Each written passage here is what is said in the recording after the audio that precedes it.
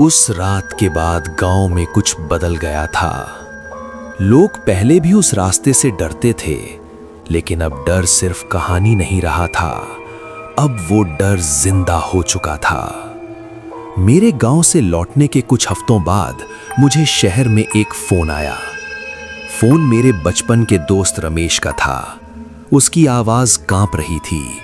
उसने बिना किसी भूमिका के कहा, वो वापस आ गई है।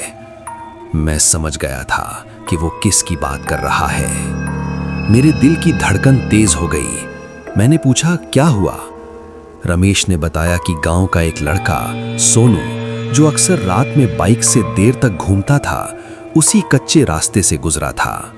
अगले दिन उसकी बाइक तो पीपल के पेड़ के पास मिली, लेकिन सोनू नहीं मिला। पूरे गांव में हड़कंप मच गया। लोगों ने पहले भी गायब होने की बातें सुनी थी, लेकिन इस बार सबको यकीन था कि ये उसी का काम है, पीपल की दुल्हन का। मैं कई दिनों तक बेचैन रहा।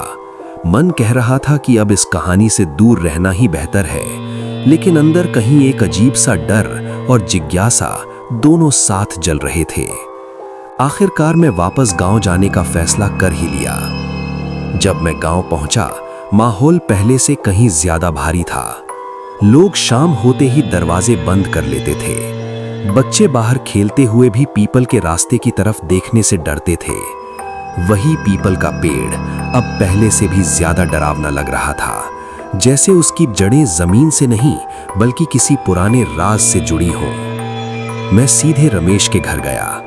उसने बताया कि सोनू के गायब होने के बाद गांव की एक औरत ने दावा किया था कि उसने रात को पीपल के पास एक दुल्हन को किसी आदमी का हाथ पकड़कर अंधेरे में ले जाते देखा था। वो आदमी चिल्लाना चाहता था, लेकिन जैसे उसकी आवाज किसी ने दबा दी हो। उस रात गांव के कुछ बुजुर्गों ने पंचायत बुलाई।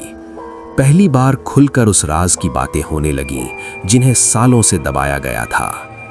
एक बूढ़े ने कहा कि पीपल की दुल्हन अकेली नहीं है। उसने बताया कि उस जमाने में कई लड़कियां ऐसी थीं जिनकी मौत को हादसा बता दिया गया था। कुछ को जलाकर, कुछ को जहर देकर और कुछ को इसी तरह चुपचाप गायब कर दिया गया। और पीपल का पेड़, वो सिर्फ एक पेड़ नहीं था, वो उन सब की गवाही था। उन सब की चीखें उसकी जड़ों में दबी हुई थीं। उसी रात मैंने फैसला किया कि मैं उस रास्ते पर फिर से जाऊंगा। इस बार भागने के लिए नहीं, बल्कि सच देखने के लिए। आधी रात के करीब मैं अकेला टॉर्च लेकर निकला। हवा फिर वही भारी थी। पीपल के पत्तों की सरसराहट अब किसी रोने जैसी लग रही थी। जैसे ही मैं पेड़ के पास पहुंचा, टॉर्च की रोशनी अपने आप कांपने लगी। और फिर वो वहां थी, लेकिन इस बार वो अकेली नहीं थी।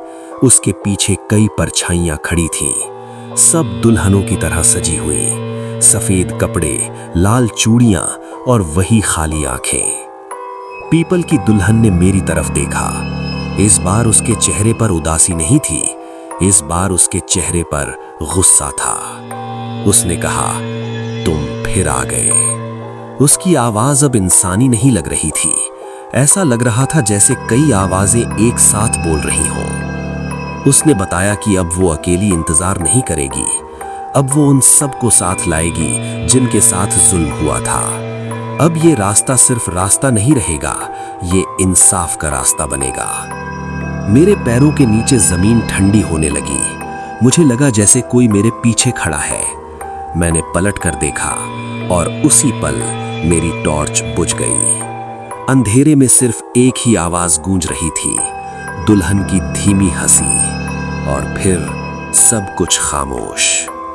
गांव वाले कहते हैं कि उस रात के बाद से पीपल के पेड़ के पास से सिर्फ एक नहीं, कई परछाइयां दिखाई देने लगी है।